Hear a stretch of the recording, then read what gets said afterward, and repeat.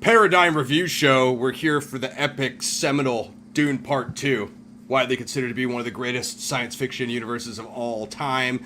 You did see our Dune Part 1 review when we covered that when it was first released, so you check that out here. Go check it out on the channel. I recommend watching both films. I actually did something that I almost never do for this, Gaz. I pretty much avoided those trailers like the plague.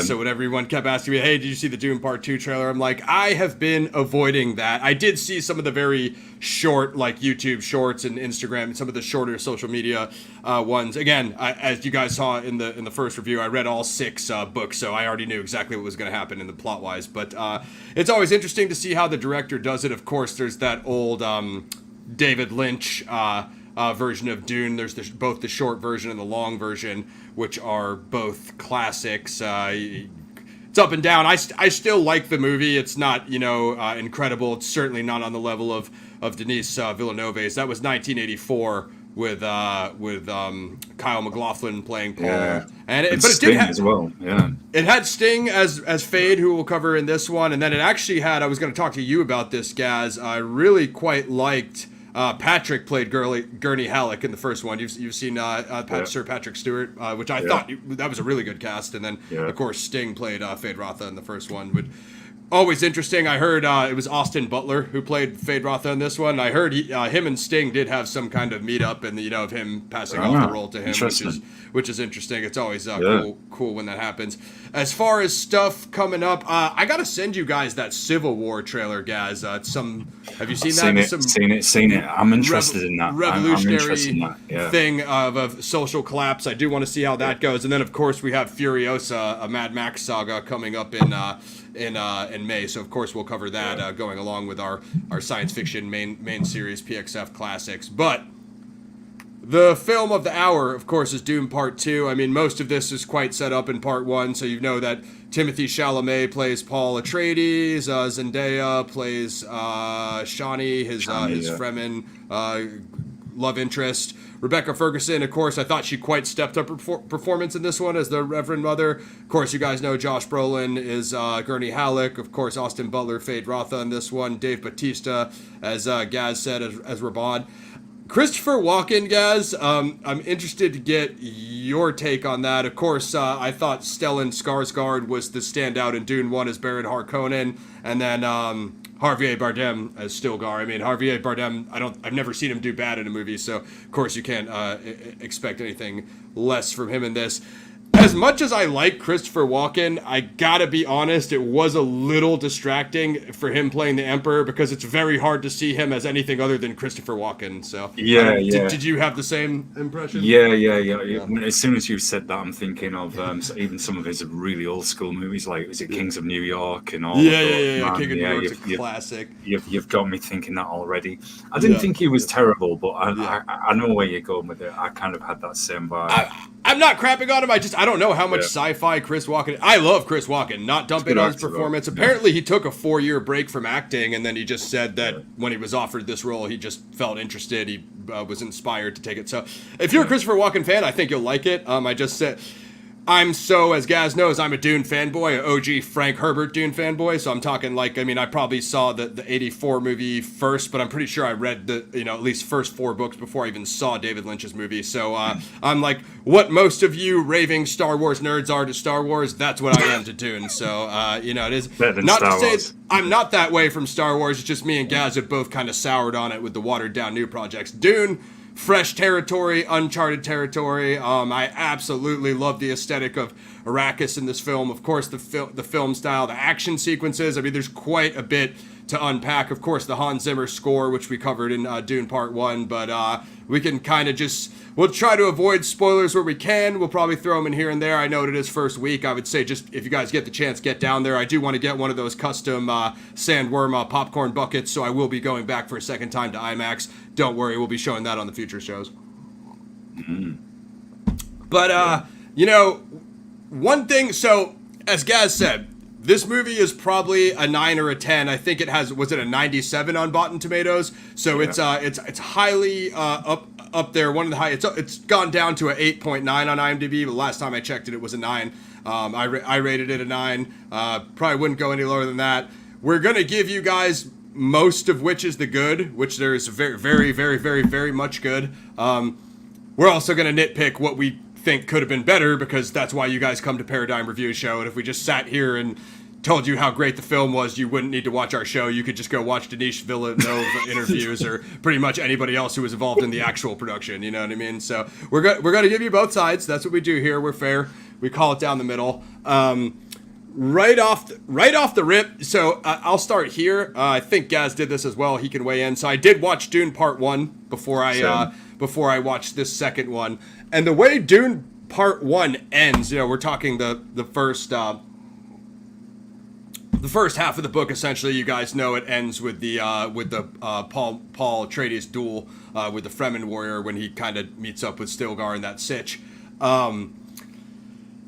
How basically his father, his entire house, most of his friends except Gurney Halleck are all pretty much assassinated by House Harkonnen. It ends you on a much more somber note of there's going to be a main revenge theme. And when you sit down in the theater of Dune 2, it's mostly just Paul and his girlfriend screwing around with this campy dialogue at first. And I was like, this does not really match the motion and the mood that they set with the end of Dune 1. You thought it's going to be a much darker, I made the Star Wars references earlier. I'll compare it to an Empire Strikes Back. What up, Fire Pixie? An Empire Strikes Back, Luke's friends have been captured. They essentially lose the Hoth battle. So it's much similar to how the Atreides lost that battle in Dune Part 1, where the rebels are on the back step, they're on the back foot, all the way till when they get, to the Cloud City, where what's his name, Lando Calrissian is forced to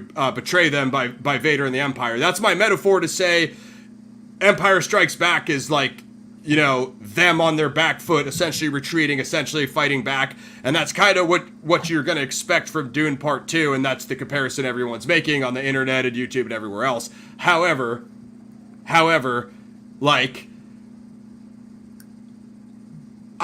think Gaz agreed with me, is they were just, even in the fight sequences, let's go kill some Harkonnens. They had those little Marvel-esque little jokey kind of barbs, and I was like, it really doesn't match the mood that they set from the first movie, which is a much darker tone, in my opinion. Yeah, agreed. Sort of coming on there, when it first opens up, spoiler alert, folks, and I'll just say the Harkonnen troopers are ambushed, really excellently executed. The tension, the build-up, the dark those are actually tone. the Sardaukar, weren't they? Oh, they were Harkonnen, man. Oh, were they? Okay. Yeah, those were Harkonnen. Yeah. The tension was all there, and you thought you were going to get that. Don't get me wrong, I really enjoyed this movie, folks. Don't think, I'm just going to absolutely say this movie's terrible and everything. But as Ross said, we are going to point out what we don't like, whether it's on PXF or Must Shinobi. We always do that, always have. Yeah. Then you get, after that, as you said, it's almost kind of like this lighter dialogue that doesn't match, as you said, the emotion. Agreed. This guy's just had everyone obliterated in his entire life. That including whole his father, who was the Duke of his house. Yeah. Everyone was brutally just poisoned, destroyed overnight. The whole lot of them. And as you said, then it's all, I wouldn't say it's quite full-on Marvel-esque, but it's slightly, it's close, and you're like, man, this is supposed to be, the adult Star Wars, if you like. This predates Star Wars. What Star Wars was it influenced by? We want to see more of the grimy side. So, yeah, I'm with you on there. And I thought that was one of the few little disappointments after the opening where the tension was there. There's Paul with his mom, spoiler alert. That whole scene, the way it's set up. And then that follows in for pretty much most of the first, even into the bit of the second act. Definitely in the first. Yeah, I just felt it didn't match. Again, it's nitpicking. First of all, the scene Gaz is describing is a genius scene. Filmmaking-wise, aesthetically beautiful, action-wise, top-notch. I love the way, we'll just, not to give too much away, but the way they're being sniped through their respirator helmets. Very grimy, very dark. Of course, that whole paratrooper aesthetic of the Harkonnens have those low-grav jetpacks, if you will. So right off the bat, they know that someone from the Fremen has activated a thumper. That Harkonnens have been on Arrakis long enough to know what that means. If you stick around for a sandworm to show up, you're going to last about seconds before you get sucked through the desert. So they fly up onto the rocks, which is, unless you're on solid ground, it's the only way to avoid the sandworms. You guys all saw Dune Part 1, so you know this. So you're going to get to see everything that, people say was left out of Dune Part 1, which is the sandworm riding. That's a big, big thing in the book, as well as the I don't even know what to call it, the first iteration of the Dune movie, the David Lynch film. And that's probably end of Act 2, near Act 3. Which is awesome. You do learn a lot more about the Fremen mythos, as far as how the Reverend Mothers used the sandworms involved in the religion and the prophecy, and how it all connects.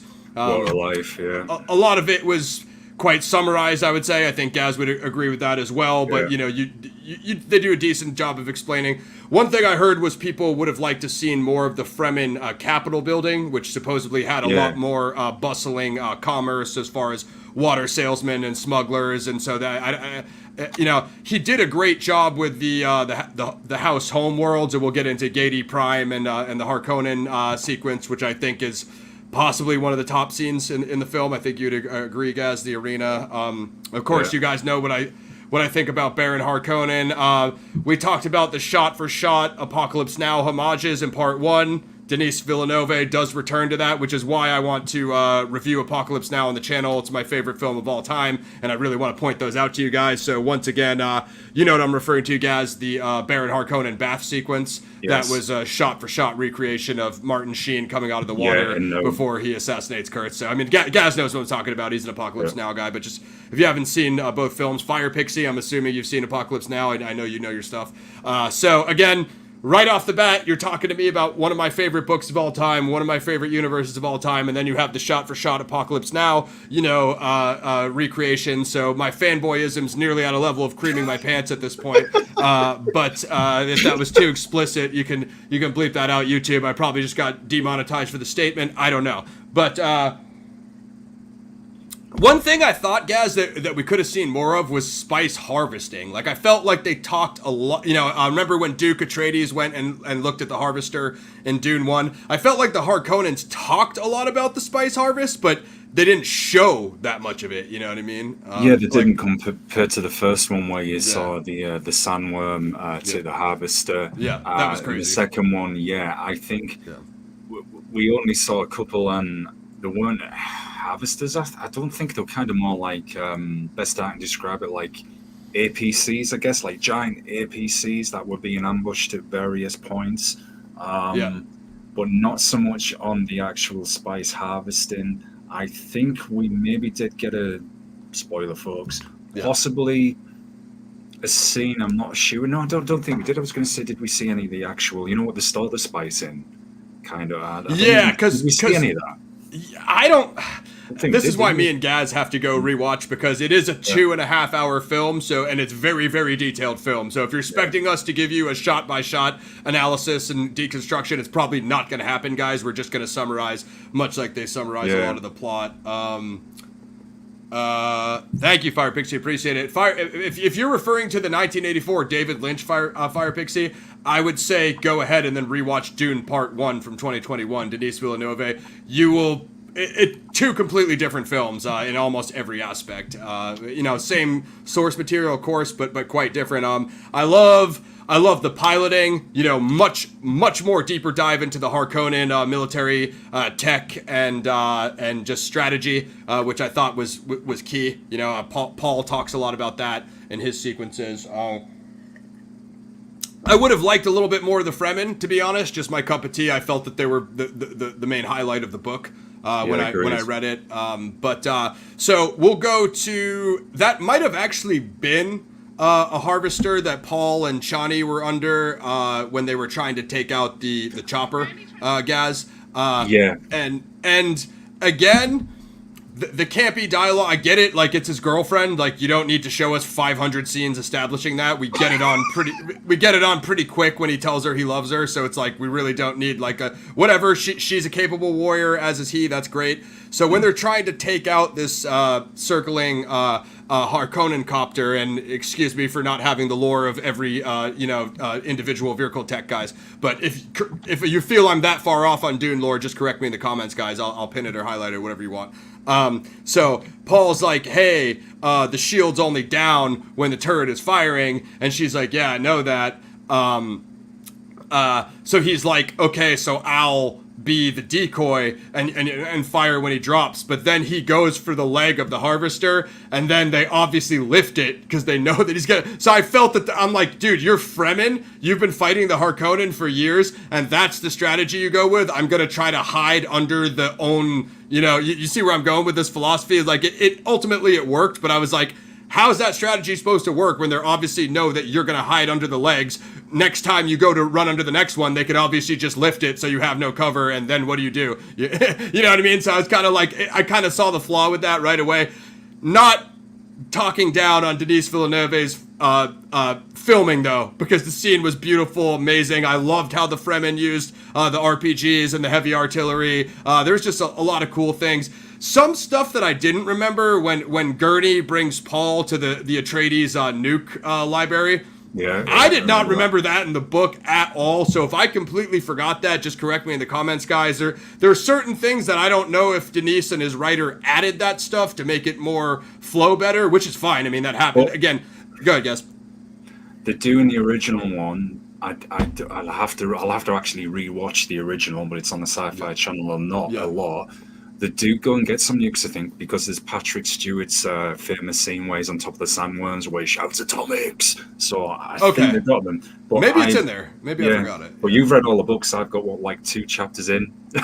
But the problem is each one is 400 or 500 pages, and I'm not Frank Herbert, guys. My brain is not a Dune library. So if you're asking me to recall, 6 chapters of 600-page books, it's extremely... And you're talking about book 1, which I read first probably over 10 years ago. Little bit to Fire Pixie. We're talking about Sting's retirement match. Sting's obviously the man. The deep dive into the murder of Bruiser. I believe that's covered on Dark Side of the Ring. Fire Pixie. I would just reference you to Dark Side of the Ring, which the new season is on now. I wouldn't step on their toes. Those guys do by far the best job of that. But if there's something that relates to film, or Gaz and I have talked about doing wrestling shows with Lauren. I mean, that might be something a better fit for Mosh Shinobi, but it's whatever you guys want. Put what you want us to do in the comments, and we'll make an effort to get you guys the content that you want to see. We've got 2 channels essentially, so whatever fits on here, we do it on here. If not, we'll do it on Mosh Shinobi. So just get out, and we'll work it out. Anyway, we'll fit it on somewhere. Yeah. So I just kind of gave you guys a spoiler. I do want to have a criticism for this as well. So Gurney Halleck, of course, Josh Brolin, of course, I'm a Cable fanboy. He is, I think, one of the better characters. We established this in the first review. He's Paul's, military advisor, military mentor. He's a smuggler. I also can't even remember if he was a smuggler when he was in the book before he reunited with Paul again, when he kind of whatever you want to call it, liberated him with the Fremen. The other character I was discussing with Gaz, the Mentat Mentats are mathematical computational geniuses. You could see him doing the calculations for Duke Paul in the first film. Me and Gaz were discussing this. Yeah. I'm pretty sure he was pretty major throughout all of the Dune story. And again, this is something me and Gaz are hammering home. This is a Dune adaptation, guys. This is not the full story of Dune. Now, is Denis the best at directing it and creating the live action film aesthetic? Well, yeah, of course, because he's one of the best directors of all time. So literally no one's going to be better at him than that. However, if you're talking about plot-wise, content-wise, the actual complete story of Dune, you literally have to read the book, because this is not going to include every detail. They have a 2.5-hour limit here, which simply the book only has, a 400 or 500 page limit. So you're literally going to get every detail in there. But yeah, apparently the Mentat scene was deleted, which I thought was a misstep by Denis. Again, we're nitpicking, guys. It's a 9 out of 10 movie, so we're going to nitpick for you. That's what you come here for. So, again, some characters get deleted, some characters get kept, and that, again, it's Dune. There are a lot of major characters, so the way a film is created, you don't really have the constraints that a book has. The book might have 10 or 20 major characters. It's unlikely you're going to have that many characters in a movie because it's much more, everybody needs screen time, right? That's ultimately what it comes down to. So there's going to be, much more hopping between that. On that note, they do an excellent job showing the other planets and the other houses when they finally show you Get A Prime. Insane. You can jump in, Gaz. His world building is excellent. There's no doubt about it. Right from the opening, that's all this will say. It will grab your attention straight away. And I'll just reveal this to you. It's just a speech. It's just the speech you hear. Unfortunately, yes, but I'm looking to get out of the United Fiefdom very in the near future. I'm from the Northeast, where Sting is actually from the Northeast as well. Love Sting. So we're pretty much next door to Edinburgh, so we are kind of like hybrid people, I guess. But anyway, love Sting. Yeah, his world building, I thought, was excellent. Showing you the contrast in even the lighting, Gidi Prime as well, which we'll get to. That scene was amazing. Epic. The whole showing you Arrakis as well, I thought was excellent. So there's absolutely nothing to fault there. Even how he shows the sandworms too, which is absolutely insane. We're going to come to the sandworm writing. Yeah. I think that's the apex of the film, in my opinion. The whole Fremen lore, the sandworm writing is very, very key component to it's kind of like the apex when you achieve your highest level as a Fremen warrior. You are able, we'll break it down a little bit, Gaz. You're able to ride the sandworm, but as Gaz and I were saying, the aspect is the they call it Shah Halud. It's they worship him semi as a god and consider it a entity, a religious deity. The sandworm lets you ride it, so you have to have a symbiotic relationship where it's kind of like think of like a Jedi Knight when they pass their last trial of building their lightsaber. That's essentially in Dune, the sandworm letting you ride it. So you're gonna try to ride it. And if it is feeling your energy, it's going to let you ride it. Otherwise, it's going to go the other way. And at the speed it moves at, you're not going to ride it, in which case you're going to be dead in about 2 seconds of being dragged across the desert. But I think the way, they have Stilgar riding him, and then he eventually mentors Paul for his final trial to we'll call it Paul's attempt at riding the sandworm that first time. That was cool. The way they directed it was very, very interesting. I think that's a little bit later on, though. I don't want to come to that quite yet. You learn more about Arrakis as a planet. The south of Arrakis is uninhabitable due to the sandstorms. However, there's a massive Fremen presence also hidden there, who I think that's where the capital is, if I'm not mistaken, and they're also more fundamentalist Fremen in the south. Fire Pixie going on about Dune, going on about Sting. He plays Fade Rotha, who's, I don't know, there's a lot of homoerotic energy in that first Dune movie when his uncle and all those guys are talking about how handsome and good looking he is and how beautiful he is. That's the Sting character. Fade Rotha appears in Dune Part 2, played by Austin Butler. An excellent villain, a very savage, a very brutal villain. Definitely fit in with the Harkonnen culture. The internet is calling him one of the best villains of all time. I don't know if I would go that far. Austin Butler is saying that he was influenced by Heath Ledger's Joker performance and Gary Oldman, although he just said Gary Oldman, so I don't really know what Gary Oldman performance he was referring to. I mean, the guy has a lot of roles, so I would have liked a little bit more, like, what, Gary Oldman as a villain? I mean, of course, he plays Carnegie in the Book of Eli. There's plenty of Gary Oldman villains that Mac and I love and we're big fanboys of. Of course, Gary Oldman's the man. We can talk about Fade Rotha and the Bene Gesserit, the whole, how they control power throughout the universe. The Bene Gesserit, essentially, they control bloodlines to predict the prophecy, and they essentially pick prospects who are dukes and heirs to the throne that are prospect emperors, and therefore they try to control the balance of the power, which I thought was an interesting take, Gaz, because when they introduce Fade as a psychopath cannibal, and then they're like, oh, well, he can be controlled through they're like, Fade Rotha is a psychotic, and they're like, oh, that doesn't matter, he can be controlled through his, his sexual desire. Well, I'm like, you would put the balance of the power of the Emperor's throne into a psychopath's hands just to like control him with women? Because how's that going to work out? Look at Fade Rotha. He's slicing people to pieces and eating dead bodies. You know what I mean? And you're going to make that the Emperor and then expect you could, like, just as a logical, again, this is nitpicking Dune plot, but as a logical idea, you are the Bene Gesserit who plans out every futuristic possibility in advance, and you would let the balance of the universe hang with Fade Rotha, who's obviously a complete lunatic, you know? I just thought that was like an interesting take. They're like, he's a psychopath, but we can control him, you know? Yeah, for like, now. what? Now. Yeah. How's that gonna work? You know, it doesn't make any sense. But again, an excellent villain. I haven't seen that much from Austin Butler. Is he the dude who played Elvis? I believe he played Elvis.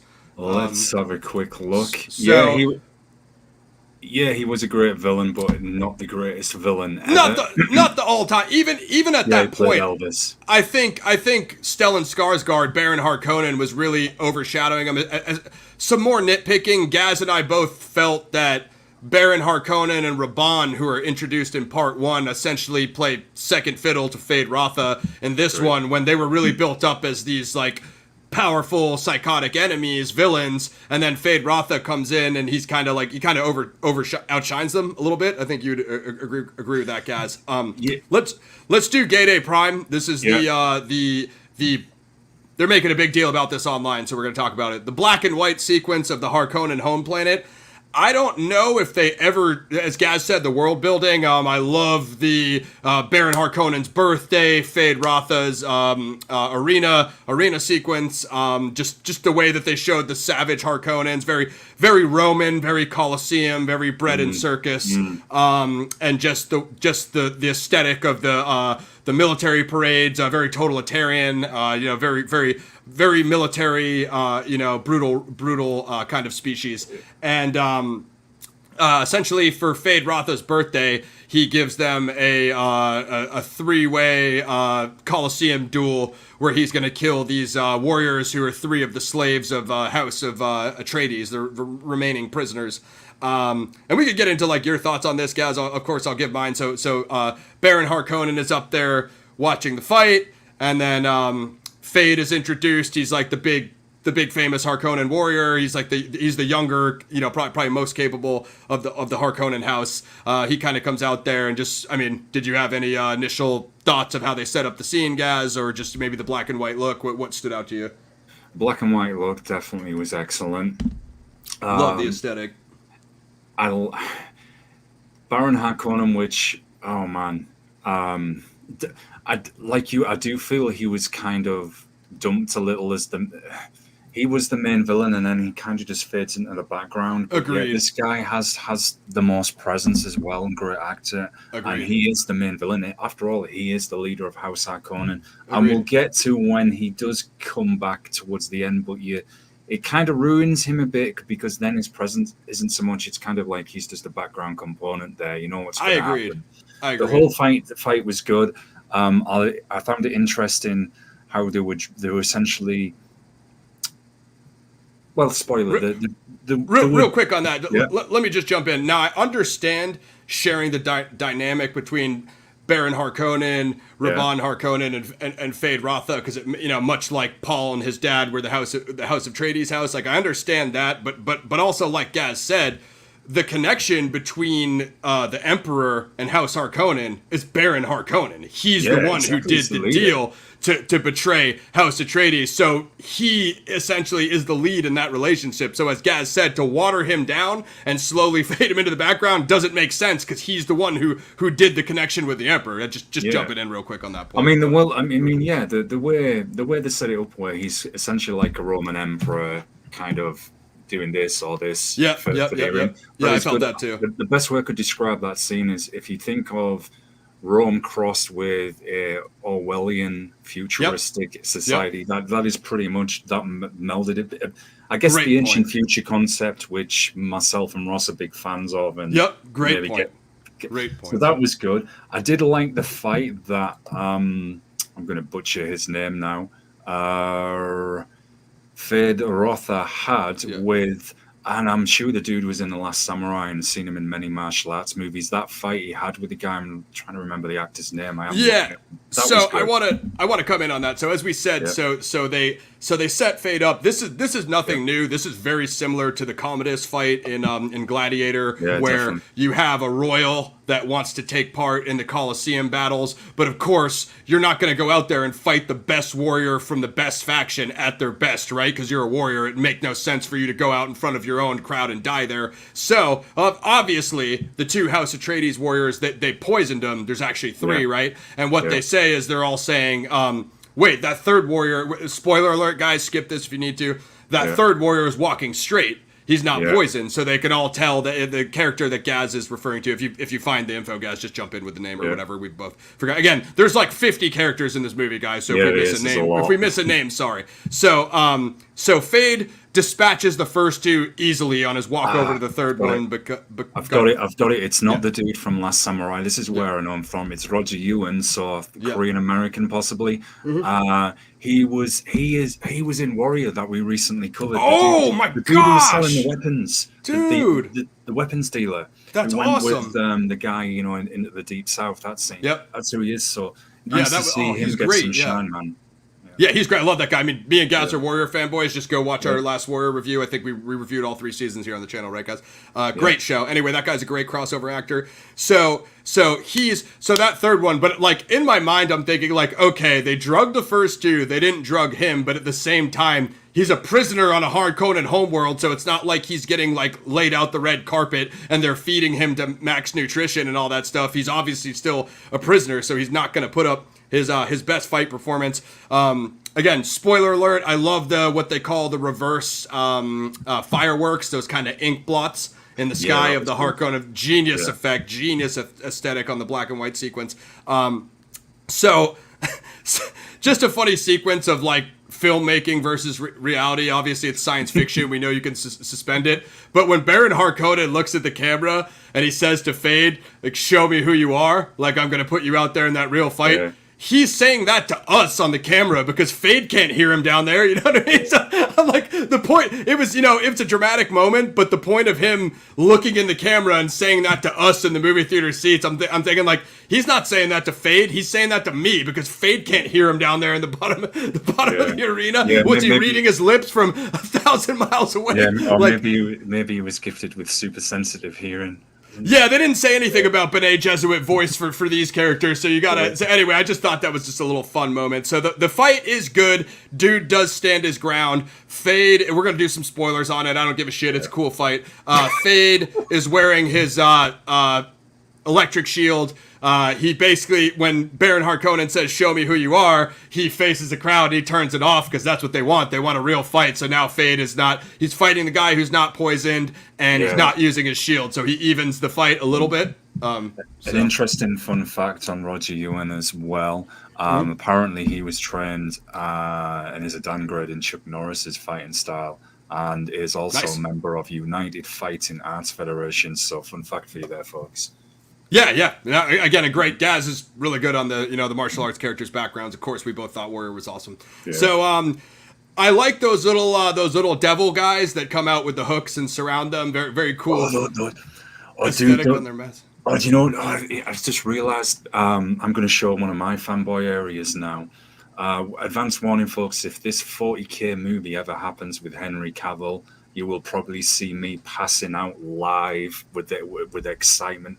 Those guys, he'll be like me with the devil hooks. Yeah, those looked like the Drukhari in 40K, was essentially the Dark Eldar, who are like space Dark Elves, and those guys have a city called Komora, which is just like that. They have gladiatorial fights. And when I saw that, I thought, man, this just looks like them from 40K. It's got to be a 40K influence because Dune was out first. I got to hand it to Dune. Definitely, yeah. It's influenced everything, hasn't it? So, Chuck Norris really was. Yes, no, he was. Yeah, Chuck Norris is the man who could. I mean, don't get us started on martial arts. I mean, we actually just did the one more shot. We'll go off topic big time. Go check that out, Fire Pixie. But yeah, I'd assume those characters are a Dune influence, guys, because we know 40K takes from a lot of different things. Not that there's anything wrong. Listen, guys, all of sci-fi is influenced by all of sci-fi, so it'd be very difficult for you to find. Like when you find something original, it's extremely rare. So.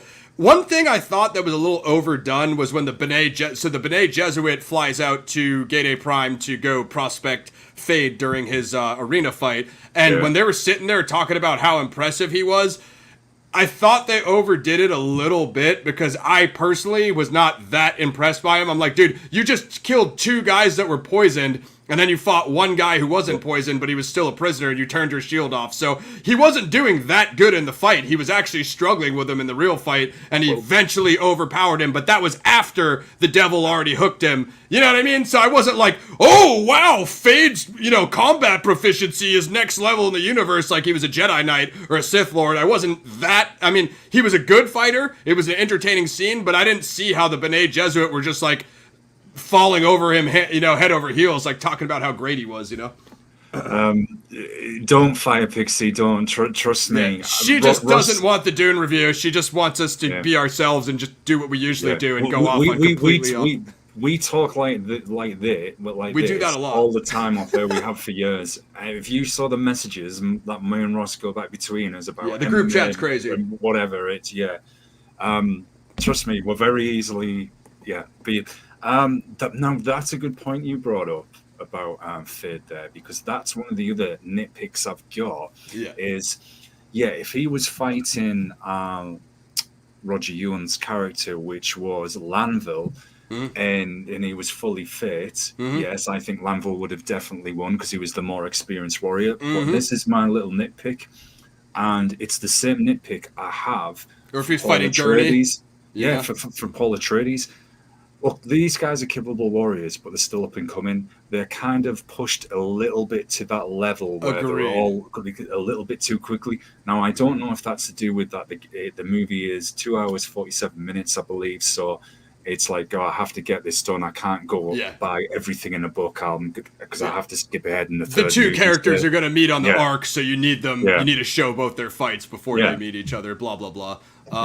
I agree with Gaz on that point. And again, I think if he was fighting Gurney Halleck, he would have got smoked. We saw what Gurney did to Raban, which is which Gaz said earlier. Too quick, man, but was a little fast, but it is what it is. And then again, like we said, Paul is he's been a Fremen warrior, but only since him and his mother, pretty much joined that siege, which is 6 months before this. So it's not like he's Stilgar, who's been in thousands of Fremen wars for like 40 years, So like that's that is what it is. But again, the Harkonnen planet, amazing. The world building, how Denis shows the planets, absolutely astounding aesthetic. Totally agreed. I don't have too much on that. I mean, I think we've gotten most of our gripes out. Like we said, score is a 10. Cinematography a 10. Go ahead, guys.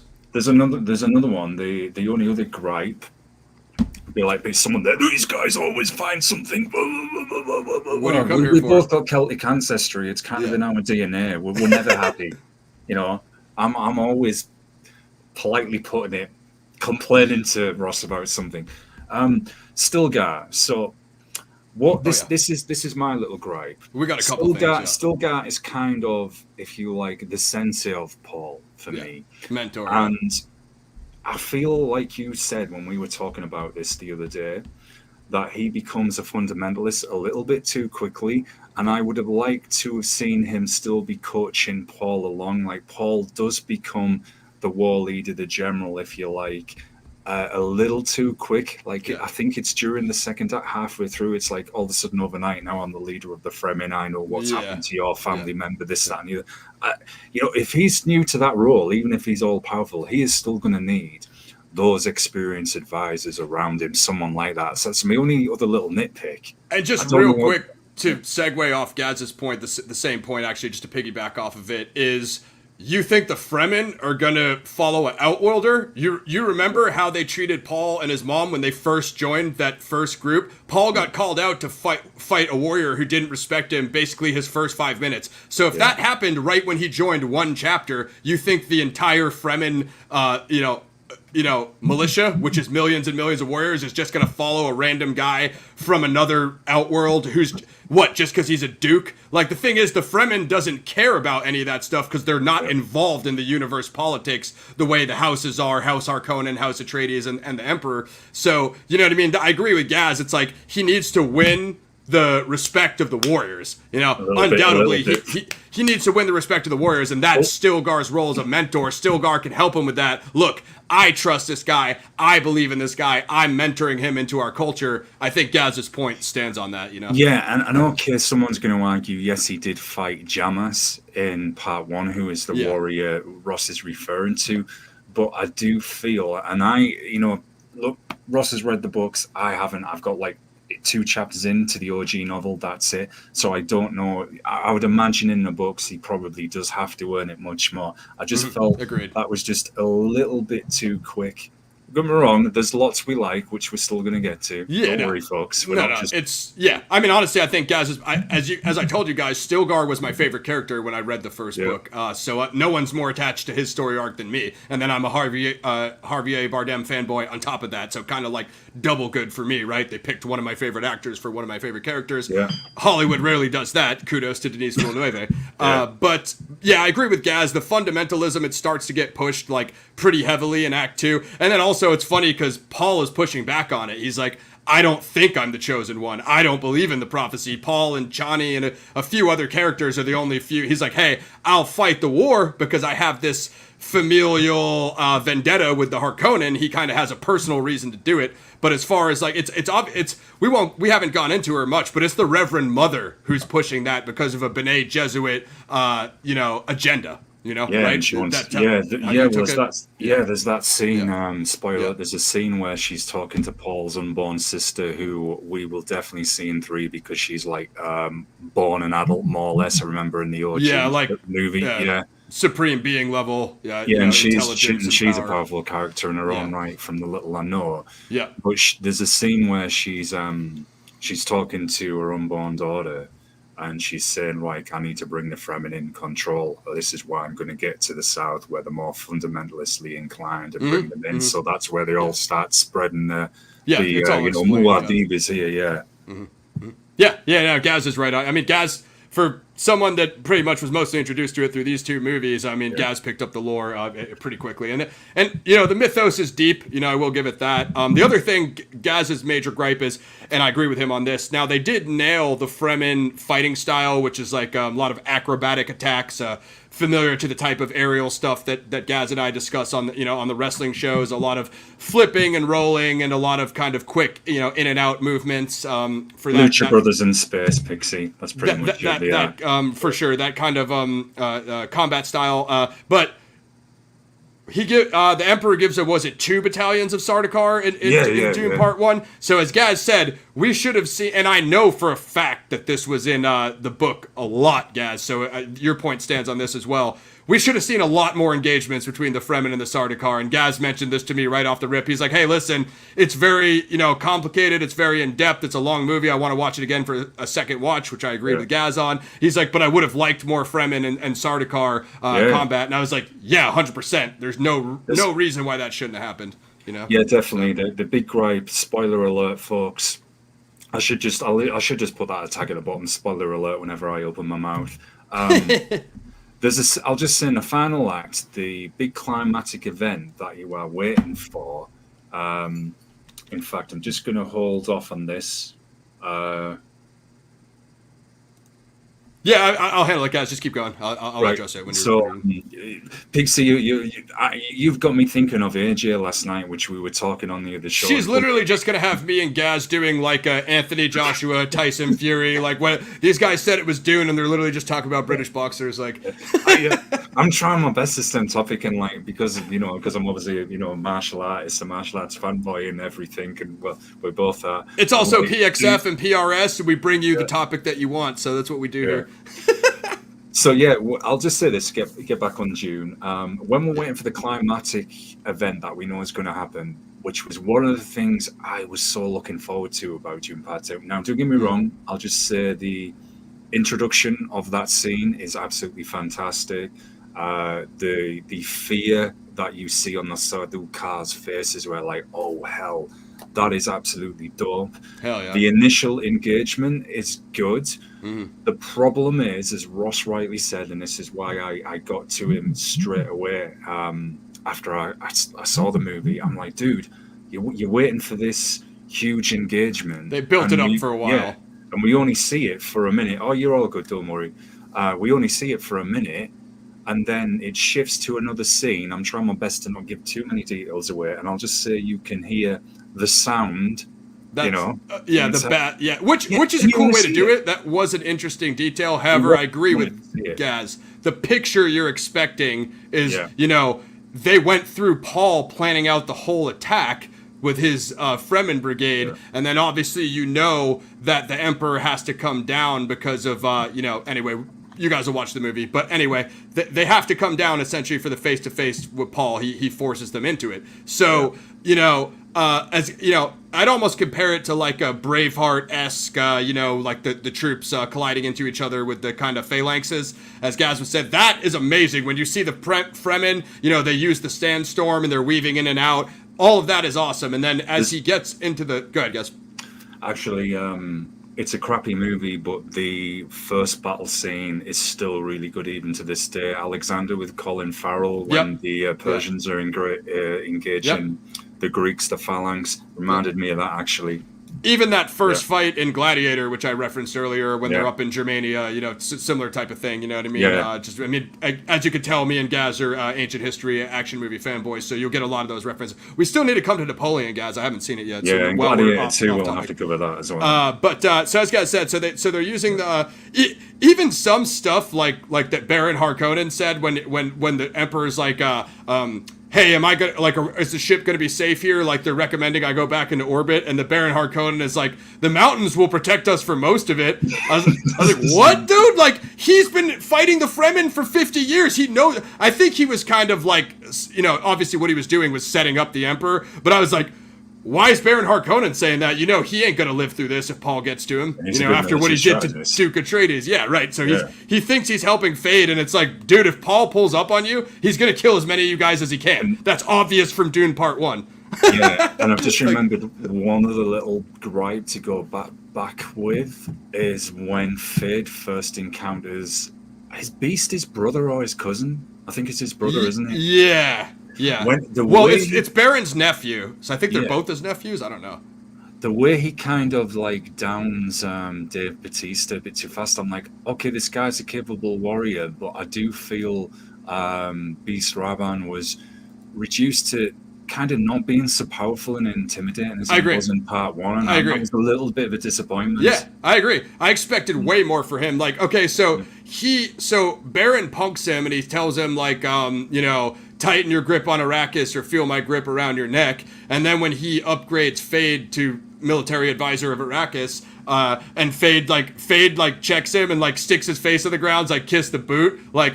Yeah. Why is Beast is 10 times the size of Fade? Why is he gonna even if it's like, hey, you're taking my role and the Baron downgraded me, I'm not gonna kneel down and kiss your boot when Beast could smash him to a million pieces. Fade is a much smaller guy. So I get it, Fade was, alphaing him, whatever, but I agree with Gaz's point stands. And then, I guess what they're showing is like, even though Beast has that size, like he didn't really have the warrior spirit inside, because when he goes to try to find whatever their nickname for Paul was, I've forgotten what it is. It was like the demon or something. Oh, yes, because they called the Fremen rats, and then they did have a nickname for Paul. Yeah, they called him like the demon rat or something, and he's like, man, it's not safe for you, Raban.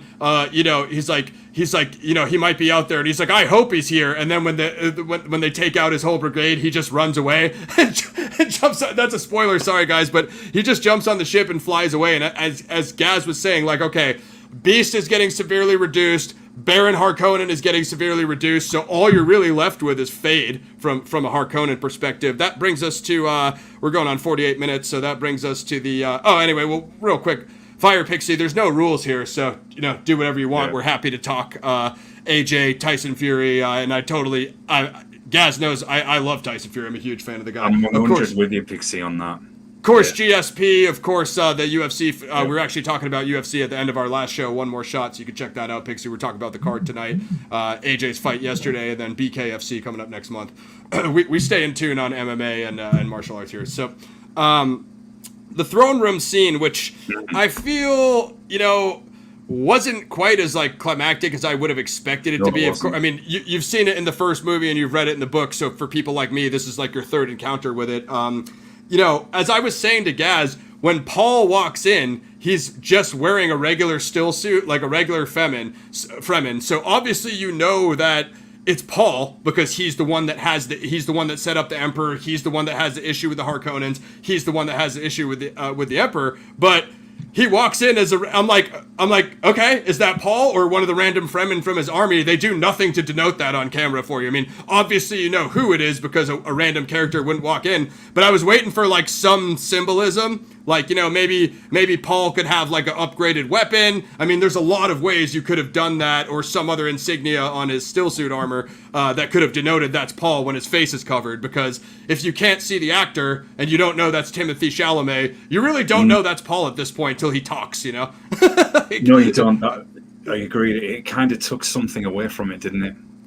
Yeah, for me, just because I'm I want him to walk in and I want him to intimidate them after that they just ran through the Sardaukar, they set up the attack, they launched the nukes, they freaking, and I'm giving you guys mad spoilers, just skip this if your butt hurt, and then they used the windstorm as attack, which was genius cover, but as Gaz said, when he walks in the throne room, that should be an insanely impactful moment. Before he says anything, you should know what kind of time he's on. These are the people who killed his father, double-crossed his family, and sent House Atreides to Arrakis to die. So hatred, wouldn't it? He's gonna slowly walk in and whisper to everybody? I don't think so. He's gonna be anyway. So I'm gonna give some plot spoilers just to move us along here. So the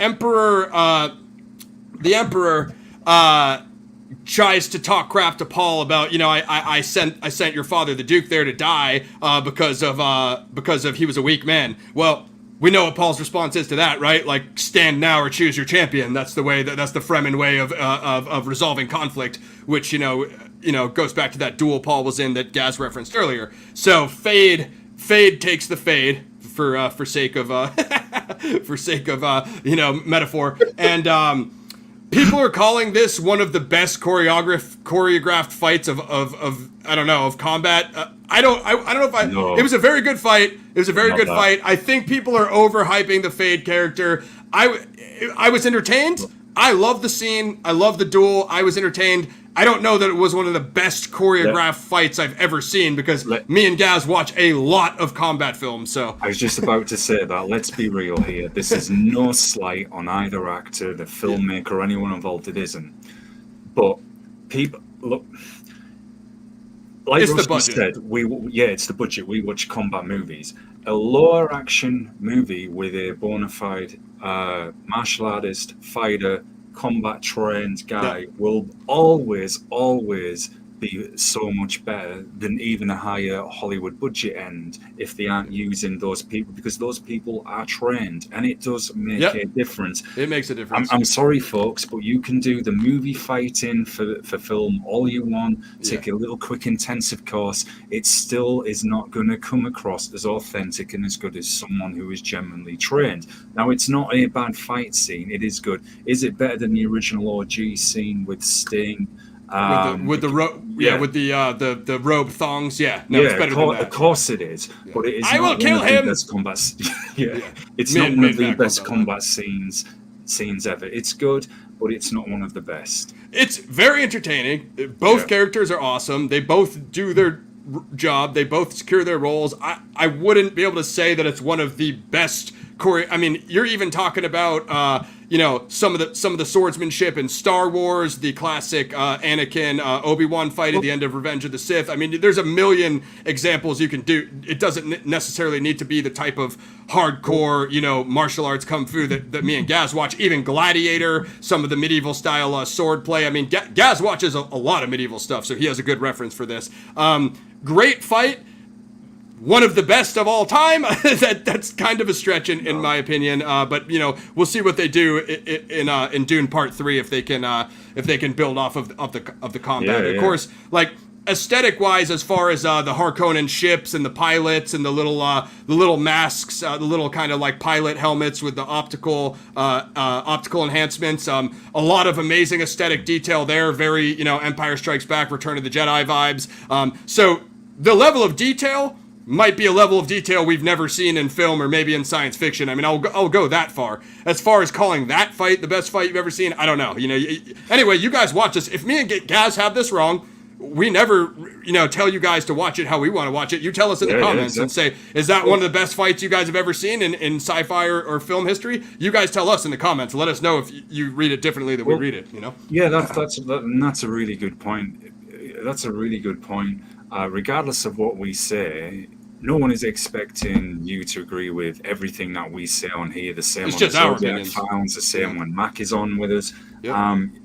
We're looking at this because we watch a ridiculous amount of combat-oriented movies, both historical, sci-fi, present tense as well. So that's why we're more overly critical when we see these scenes. We're always saying to Ross whenever you watch anything like that, so one of the first things we always say, didn't like this fight scene in this area or the gunplay in this, whatever. We always do, and that's just because of our backgrounds and our interests. But it's someone who comes from a different background to us, who maybe hasn't watched all of those movies. I could see why. Sure. Could be a great scene to you. And if you do think it's good, then that's fine. There's no problem with that. We're just here to give you our take. Is it impressive filmmaking? Yeah. Well, go rewind. I said Denis Villeneuve is one of the best directors we've ever seen. Sicario, Blade Runner 2049, everything. I haven't seen Arrival, but I'll check that out just because it's him. Everything I've ever seen from that guy, literally astounding. So we're not saying that the aesthetic of the room or the set piece or the costume, take your pick. Literally everything in the scene looks perfect. We're just simply talking about the actual combat choreography of that fight. We're literally only talking about that, not the way any of the rest of it works. Plot elements, I do feel that things were becoming summarized, as Gaz tried to say, like, okay, we're at Act 3, we need to wrap things up. He basically tells Chani, I'll love you as long as I'll breathe, and then asks the Emperor's daughter for her hand in marriage, like, 1 second later. So I felt like in the book, I'm sure that was built up more. That felt very summarized, and then as... we won't tell you how the fight ends. If you've seen Dune 1984, you already know how the fight ends. You pretty much generally know what happens to the Harkonnens for the most part. If you read the book, you know. So as Paul wraps up that sequence, and he's just like, do this with that body, do this with that body. He does call Baron Harkonnen grandfather before he, dispatches him, which I thought was sick. People liked that a lot. He's like, give the Baron to the desert. I thought that was a fitting ending for the Baron, but all of that also stands with what me and Gaz said before, which is like Baron Harkonnen kind of just pushed in the background. And then, as far as how he handles the Emperor, like, and this is maybe nitpicking Frank Herbert's actual plot element, but I want to get Gaz's take on it.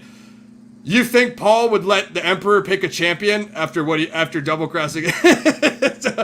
No consequence? No consequence to the guy who set up his entire family and house? And again, whatever. Weigh in the comments on what you think would happen. Do you guys think that would happen for real? Or now, because think about it. Paul's been training with the Fremen now. That's a indigenous, militia, a much more, I don't even know what to call it, like, not primitive, primal. A much more primal, so like Gaz said with the revenge element, at what point does Paul look at himself as a royal duke and, well, I've been fighting with the Fremen for over a year now. What point does he self-identify as a Fremen? And at that point, well, you double-crossed my family. How are you going to handle it? How's Paul going to handle it? So that's the problem with that whole scene, as you said, when he first comes in. It's lacking a little bit of that hatred that he would have to them. More emotion. I can't compare to the books because like I've got 2 chapters in, so I've nothing else to go on. I think what they were showing was a more, as you said, a more focused Paul, a more like he's trying to control. Like, listen, I need to come in here. I need to make these political, alignments because I need to have control of the universe, control of the Imperial throne, control of the spice, as opposed to like I'm just going to come in here, clean house, which is kind of what you'd expect Paul to do. So he's trying to be, but I don't know. I felt like, as Gaz said, a little bit more emotion would have been, but, and then again, he's also probably trying to keep his emotion down because if he duels Fade emotional, he might make a mistake in the duel. So there is that's just my take, and you can tell me if you think that makes sense. No, I think so. I think he's trying to keep, like I said, a stoic composure for that reason, so he doesn't lose control. And then, of course, make a mistake. The reveal that happens, that was well executed. Unintentional pun there, but that kind of does. That was amazing wordplay. Gaz, the spoiler master. But for once, he gave you a metaphor and he didn't just tell you what happens, which is what he normally does. Fucking. But no, for sure. And I think Gaz's point on the, combat trained actors versus Austin Butler and Timothée Chalamet are young. Let's keep it real. They're younger actors. Neither one has done a massive amount of action. I think this is probably Tim Chalamet's first sci-fi, if I'm not mistaken. Yeah. So neither one of them has done a massive amount of combat training, as opposed to, you might look at Keanu Reeves and say he's not necessarily a combat actor, but he's 4 John Wicks in now, and he's been training jiu-jitsu. So it shows, like the way that the director Chad Stahelski and the John Wick crew works with him. He's a different case because he does come from action movies, and he clearly, as Gaz said, with the combat training, he's at a level above because you don't really see anybody else with a franchise like John Wick. That's just an example. Coming back to the throne room scene, so yeah, it did feel very, very Summer Read as we start to come out of the scene, and I guess there's one more movie coming up. You got to summarize the book, blah blah blah. It reminded me of a bit. Is it Attack of the Clones from the prequel trilogy, where there's a kind of similar scene at the end, and spoiler alert, folks, you see the troops. I'll just say they're going off to the new destination, is the way I can describe it, and that was kind of rushed with. I think it was. Stilgar asks Paul where next, and then I'll just say Paul kind of confirms something that you see in a vision of his in the movie, and I did feel that was rushed, and it's pretty much to set up the third movie, which from what we've saw, and myself and Ross, we've now conversations of probably will have a lot of the battles that were lacking. Now, don't get me wrong, there'll be people like, all these dudes wanted to see is endless violence, people fight. Look, we like those kind of movies as well, but we want to see more of that, but not at the sacrifice of the story as well, just in case anyone well, again, to Gaz's point, there's a lot of combat in the original story, in the books, and I remember it clearly, so it isn't necessarily me, let's just focus on the combat element, or that's the story Frank Herbert wrote. It's these 3 houses fighting for control, mostly who's going to get the upper hand in the combat sequences, that's who's going to control Arrakis, that's who's going to control the spice, and that's who's going to control the Imperial throne. Also, on Gaz's point, I've played some of the video games. I've read all 6 books. I've seen the original David Lynch movie, and I've also seen the Sci-Fi Channel series, which carried through, I think, Dune 1, 2, and 3, if I'm not mistaken. So this is the 3rd live-action version I've seen, and the 2nd, 3rd, 4th time I've heard the story. So for me, of course I'm looking for the aesthetic combat element because I already know the plot. So I did see, now you mentioned that, I think I have seen Children of Dune, that sci-fi series on the Sci-Fi Channel. It was actually really good. The Sardaukar Fremen engagements in that are awesome. Was that the scene? It wasn't the scene, and it showed you these, and I remember the Sardaukar that had different kinds of soldiers as well, and they had some Sardaukar troopers, and I think they were walking through the desert at night, and the Fremen ambushed them, literally come out of the sand, and that was a pretty dope scene. I do remember that. A lot more of stuff like that. I mean, it's not like it doesn't exist, so you can actually, I forget who the director of that is, but it was big on Sci-Fi back in the day, and you guys could check that. I think I'd have to check the old DVD case, but I'm pretty sure I got it back there. I got to dust off the old DVDs. So as you know, my Dune fanboyism goes deep, guys. And then I just felt like it was a lot of summarization kind of on the way out. We didn't really dwell much on Paul's prophetic ability. He's the first male to drink the water of life. It's supposed to kill men, but as you know, if gonna word it like this, guys.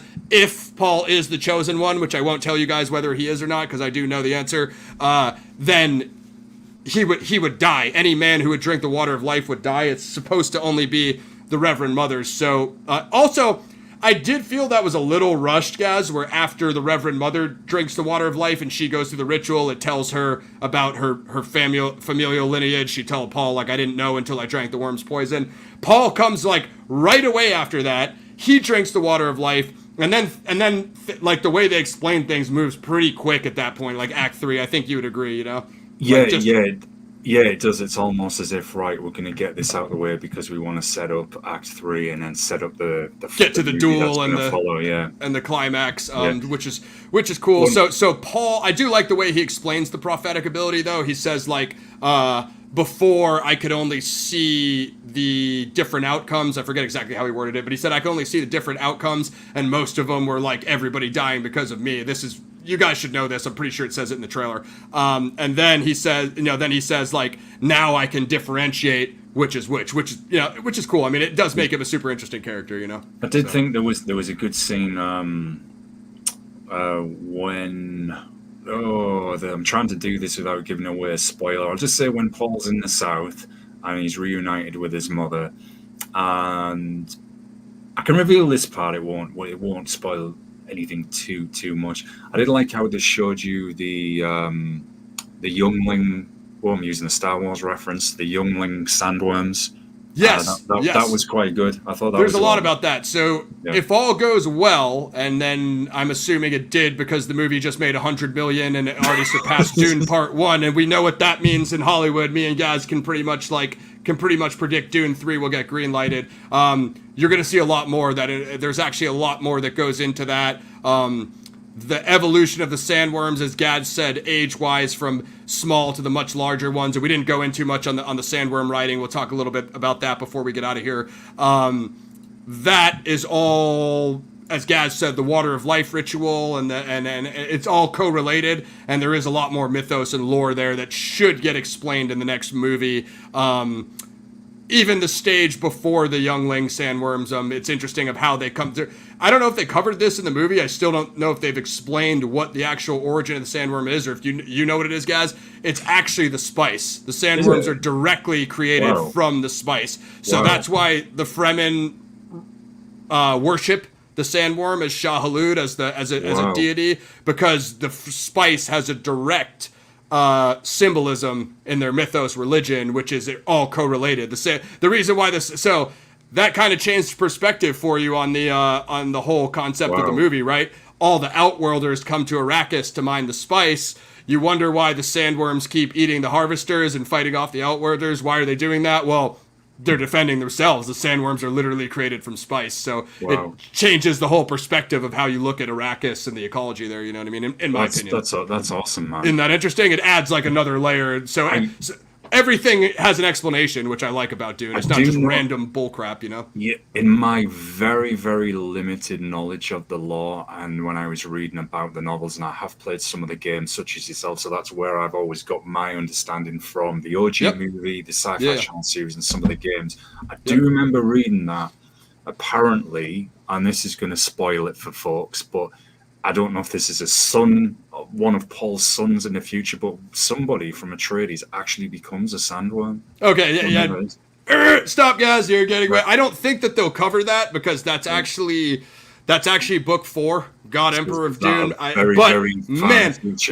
So me and the rest of the nerds on the internet, of which I'm a part of, have all been talking about if they ever made Dune 4, because I think it would be, as you just said, think about that aesthetic. That's not just shooting like, human characters talking to each other. There's much more involved to pull that off on camera. But we've all been saying if it ever gets to the point, and don't get me wrong, the Dune plot line does become overly complicated and convoluted by the time it gets to chapter 4. But, man, what Gaz just referenced, I actually think a better way to do that would be a video game, just because I'm not sure how that will come across on camera.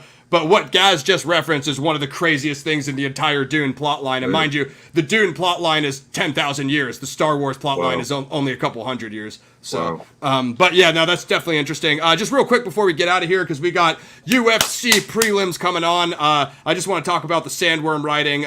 Everybody made a big deal about not showing riding the sandworms in the first one. Well, they ride the sandworms quite a bit in this one. We talked about earlier how Stilgar is practicing. He's kind of, he's the leader of his chapter, of course. He's the man. He's mentoring Paul for his final Fremen trial, which is you got to go try to ride one with yourself. I think they did do a good job of showing how difficult it is, Gaz. Yeah, they did. It was excellent. Paul kind of flubs his way first there. He has a couple hang-ups there when he tries to get on there, which is realistic.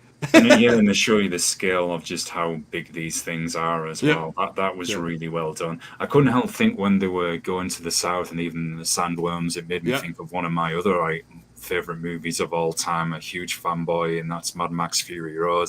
That's why Harkonnen have the that's why I brought up Furiosa earlier. Yeah. So that was awesome. Yeah, no, amazing, and just saw the Harkonnens. Even real quick, when Fade takes over the military advisory from the Beast, as you were saying, and then he takes that different approach, which is just bombarding the Sieges. That was grimy, right? And Baron Harkonnen is watching on the 3D screens. That was sick. But the sandworm riding is awesome. They do end up implementing it into the combat, which you've seen in Dune 1984. I thought they nailed it. I don't know if you saw this, guys. I should have sent it to you. Did you see this dude that was at the movie theater with the hoverboard that dressed in a full still suit and he made the rideable sandworm? Oh no, that's awesome. No, he made a sandworm cover for his hoverboard. He was dressed in the Fremen still shoot, and he was riding around the movie theater lobby as a Fremen on a sandworm. Dude, he was surfing it. It was, bro, I know that's just some cosplay crap, but anyway, if you guys can find that video, watch it. It's awesome. Fire Pixie, appreciate your membership. Whatever you want from me, just let me know what you need. There's tons of Zodiac Files episode 4, Micro Deli interview coming soon. Gonna have a special guest on that one, and a bunch of new Z Files interviews coming soon. Just a little bit more on Fire Pixie's input on our way out. No apologies here, Fire Pixie. Sorry about my session with wrestling, which led into all their stuff being with Cyndi Lauper and Captain Lou Albano and Roddy Piper. So, I don't know if you know this about me, Fire Pixie, but I'm a massive Roddy Piper fanboy. I actually met him before he passed. He autographed my They Live Blu-ray copy. Me and my brother met him at a Comic-Con. Was epic. And then They Live is one of my top 5. You were talking about the They Live, Keith David, Roddy, one of the most legendary fight scenes ever. They Live is one of my top 5 films of all time. We have been talking about getting the They Live review on the channel as one of my top 5 PXF classics. So we should schedule that backlog now that she weighed in with this, guys. I suggest we do this soon. I'm going to be away next week, guys. There's going to be a little brief, not the week after next, I'm going to be away. There's going to be a brief hiatus on the channel, as Gaz said. But when I return, I'll talk to Gaz and Mac, and if they both want to schedule the They Live OG review, we will get that up for you. I've heard some concerning things about that.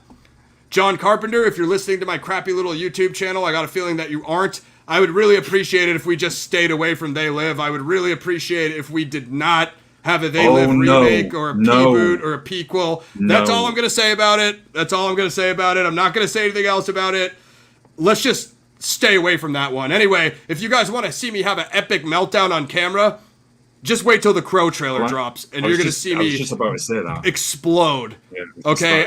Both of us. Rest in peace, Brandon Lee. Yeah, I got you, brother. You're going to see me toast this trailer in a way that you have never seen.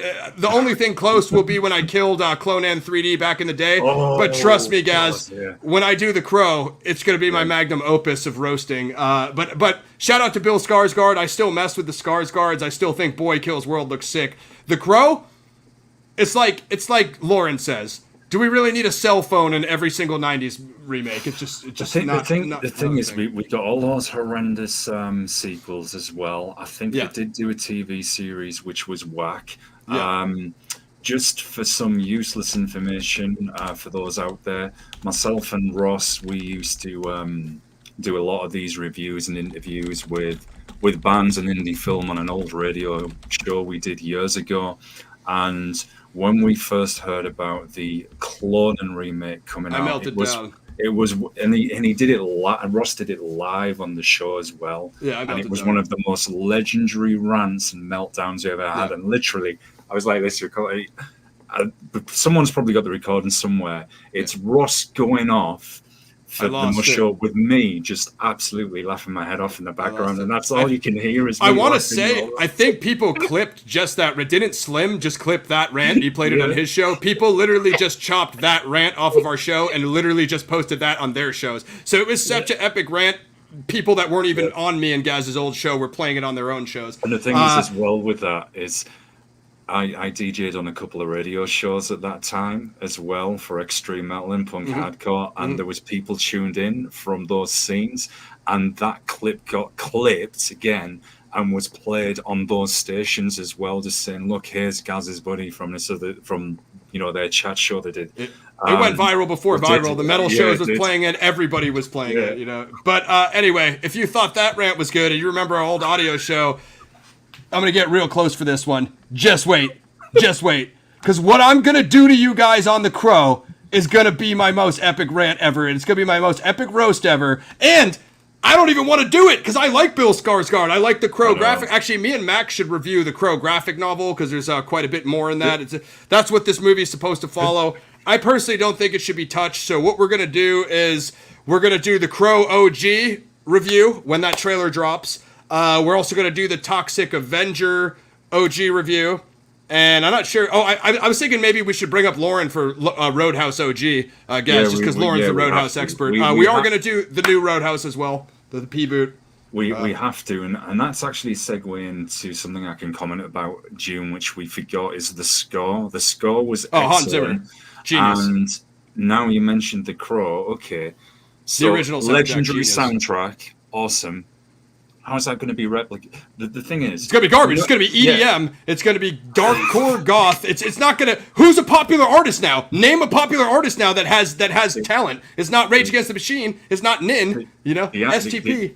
They aren't going to go to the underground where there's so many of these great bands, because they aren't going to do that because it's so below the radar. Well, that would work. That would work better. You might get some good songs. Yeah, exactly. Then Trauma's great. Love Trauma. Current garbage for sure. Yeah. But the soundtrack on Dune. The score is excellent, folks. Really well composed. Yeah. I do have a point on that. So I've been watching some of the behind-the-scenes stuff on Facebook and social media, and they've had Denis and just him talking about Hans. And so Denis said when Dune Part 1 was done, Hans was sending him original tracks, and Denis was like, "Dude, the film's done. It's already in theaters. Like, why do you keep sending me music?" And Han was like, "It's for the second one." And Denis was like, "Well, I don't know if I've been greenlit for the second one yet." And Hans just kept working because he knew it was going to keep going. So That's how dedicated of a composer that dude is. He just kept on. I don't even think anybody was paying him. He was just doing it because he wanted to do it. The movie hadn't even been agreed to yet, and he was like, he knew how good the first one did. That showed his confidence that he knew that they were going to do part 2. So that's a next level composer right there, right? Like who else would do that?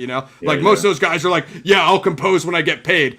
Not Hans Zimmer, That's all I have to speak highly of him. Yeah, and his score for the first Gladiator is still legendary. I mean, just pull him up on IMDb. He doesn't have anything bad. Everything. I think he did Arrival with Denis. I think they've worked together before. So did he do the Ridley Scott movie, the medieval one set in the Crusades? I forgot. The Kingdom of Heaven. I believe he did do that. I believe he did do that. I believe he did. Yeah, he only works with great directors. Hans Zimmer's the man. He's one of the top. I'd say he's one of the top ever. John Williams, Hans Zimmer, Morricone. I'd say those are maybe my top 3. We're gonna basically get out of here, guys. But Hollywood, you're on notice. Try me on that Dune reboot. Try me and see what happens. You want to play games? Let's do it on the Crow. The Crow. Just before we do, let's get into ratings real fast because we have.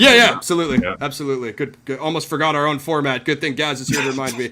Let me get. It's working and I remind you. It's usually the way around. It's a sad world when Mosh Shinobi has to remind Ross Maud'dib. All right, let's pull it up. We know it's high. We know it's super high on Rotten Tomatoes, but we don't pay attention to them much, guys, because it's not legit. Right now, I don't know if you guys can see it. My screen's blurry. It's got an 8.9 out of 10. I gave it a 9. Gaz, where were you at on Dune Part 2? 9, the same.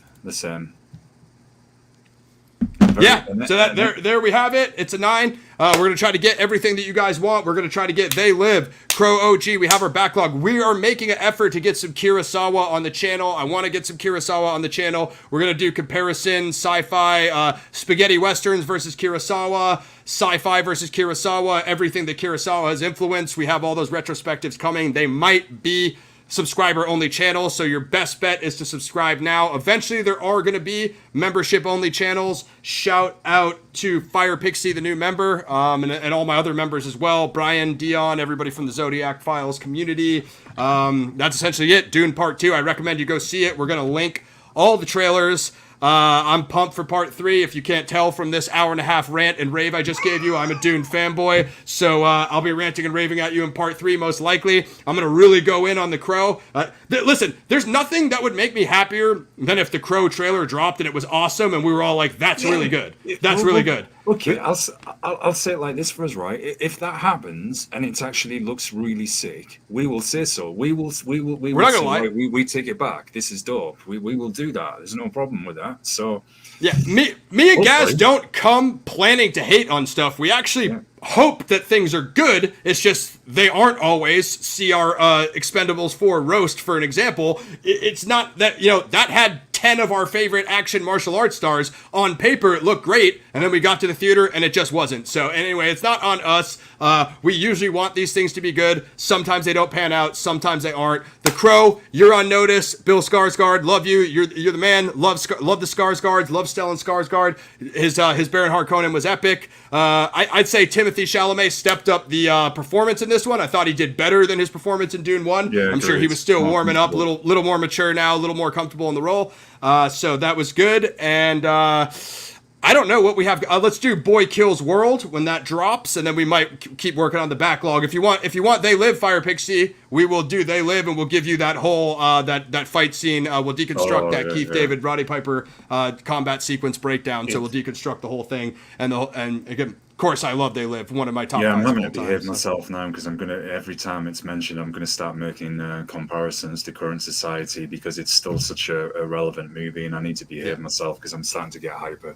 Well, I think your point of the Orwellian stuff with the Harkonnen, Gate A Prime, that was, again, a very, very relevant argument, much like the whole cyberpunk backdrop of They Live. I do want to do Blade Runner OG when we get around to it. So then if that's something you guys are interested in, we could do Blade Runner 2049 for you as well. As you can see, I'm a Denis Villeneuve fanboy. That is it for Dune Part 2. Go see it. It's in theaters now. It's amazing. $100 million already crushed Dune Part 1. Hoping Part 3 will be sick.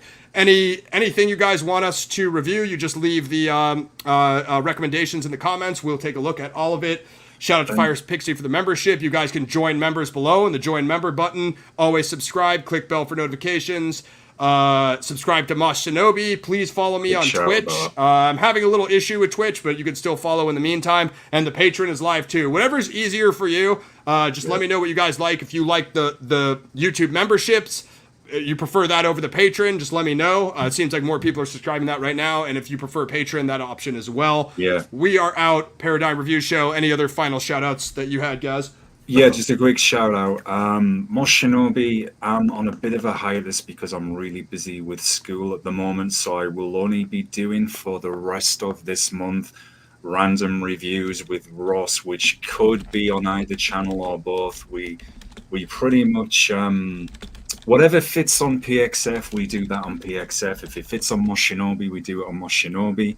If we can do the content on both channels, then we stream it live on both. It's just whatever fits. So I know there's going to be people who are going to be looking at Mosh Shinobi and thinking, what's happening with the American Ninja series you've got halfway through?